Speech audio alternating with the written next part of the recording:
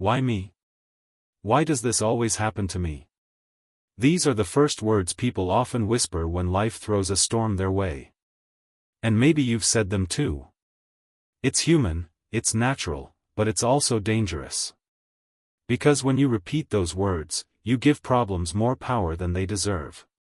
Let's step into the story of Alex, a young man with fire in his heart and a dream burning in his mind. He wanted to build a company that could change people's lives. He wasn't lazy. He wasn't unmotivated. In fact, he worked harder than most of his friends. But when things went wrong, Alex fell into the trap that swallows millions of people every single day. He focused too much on the problems. Money was short. Resources were lacking. People doubted him. And instead of saying, "How can I move forward?" Alex asked, "Why is this happening to me?" And guess what happened? Weeks went by, months passed, and his dream stood still. He was moving, but in circles. Because when your mind is chained to problems, your feet never move toward progress. Let's pause here. Imagine you're in a sinking boat. One person screams, "There's a hole in the boat," over and over. The other grabs a bucket and starts bailing out water. Who survives? The one who chose action. The one who chose solutions. Here's the secret many never learn: problems don't destroy us, our obsession with them does. If we feed our focus to problems, they grow bigger. If we feed it to solutions, we grow stronger. And that's where Alex's story begins, not as a tale of someone who never had problems, but as a journey of someone who learned to stop staring at the storm and start steering the ship. Problems are heavy. They don't just exist outside of us, they live inside our thoughts, our emotions, our confidence. And the more attention we give them, the heavier they feel.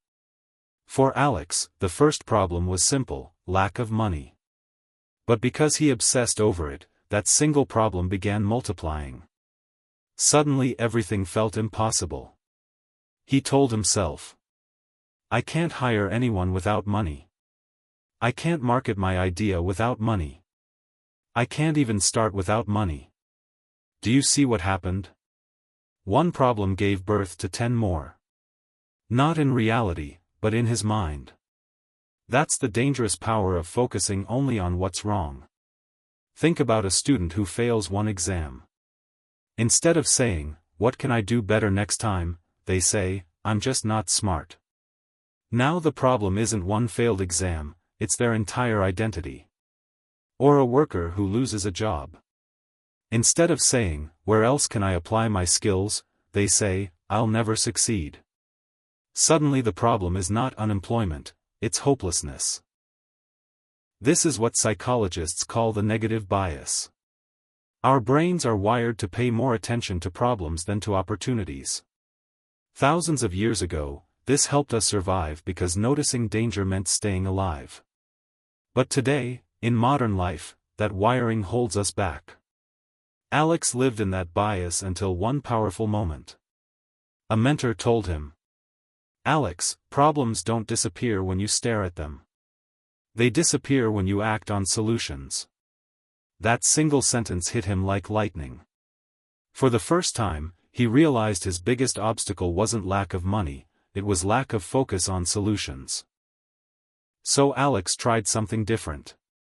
Instead of repeating, "I don't have enough money," he asked, "How can I move forward with what I do have?" That small shift in wording opened a new world of ideas. He couldn't afford a professional website. So what did he do? He learned basic web design through free YouTube tutorials. It wasn't perfect, but it was good enough to show people his vision. He couldn't hire full-time employees. So he offered partnerships and equity to people who believed in the mission. Passion replaced the need for paychecks. He didn't have money for marketing. So he used free tools, social media, blogs, and word of mouth. He created content that resonated with people, and slowly his idea spread. Step by step, solution by solution, his dream started breathing again. Here's the lesson: problems are like weeds, if you water them with worry, they multiply. If you water seeds of solutions, they grow into opportunities. History is full of people who chose solutions over problems. Thomas Edison failed over 1,000 times before inventing the light bulb. If he focused only on failure, we'd still live in darkness. Walt Disney was rejected by multiple investors who told him he lacked creativity. If he focused on rejection, there would be no Disney today. Oprah Winfrey faced poverty and countless setbacks. But she asked, "How do I rise above this?" And she built an empire. They didn't win because life gave them fewer problems. They won because they fed their focus to solutions. Now, let's break this down. How can you, just like Alex, train your mind to shift from problems to solutions? It comes down to habits, practices you can use every single day. 1. Acknowledge, but don't dwell. Problems need recognition, not obsession. Say, "Yes, this exists," but then shift to, "Now, what can I do about it?" 2. Ask better questions. Bad question: why is life so unfair? Better question: what steps can I take today to change my situation? Questions are powerful steering wheels. Bad ones keep you stuck, good ones move you forward. 3. Break it into small steps. Big problems feel impossible. But when you slice them into smaller actions, they become manageable. Want to write a book? Don't focus on 300 pages. Focus on 1 page a day.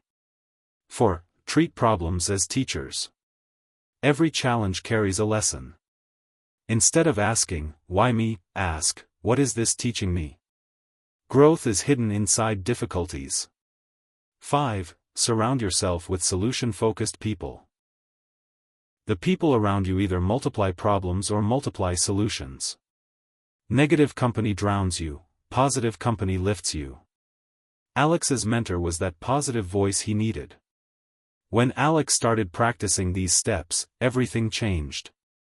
Investors began noticing his progress. Not because his problems vanished, but because he proved he could rise above them. People are attracted to solution-driven individuals.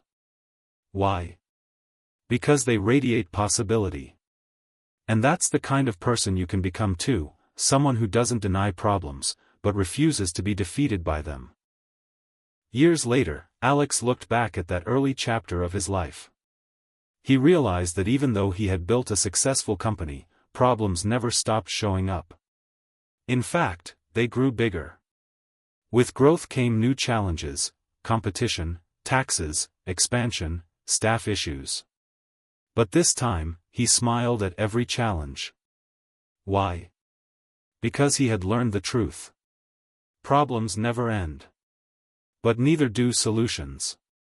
And every problem was proof that he was leveling up. If the problems were bigger, it meant the game he was playing was bigger too.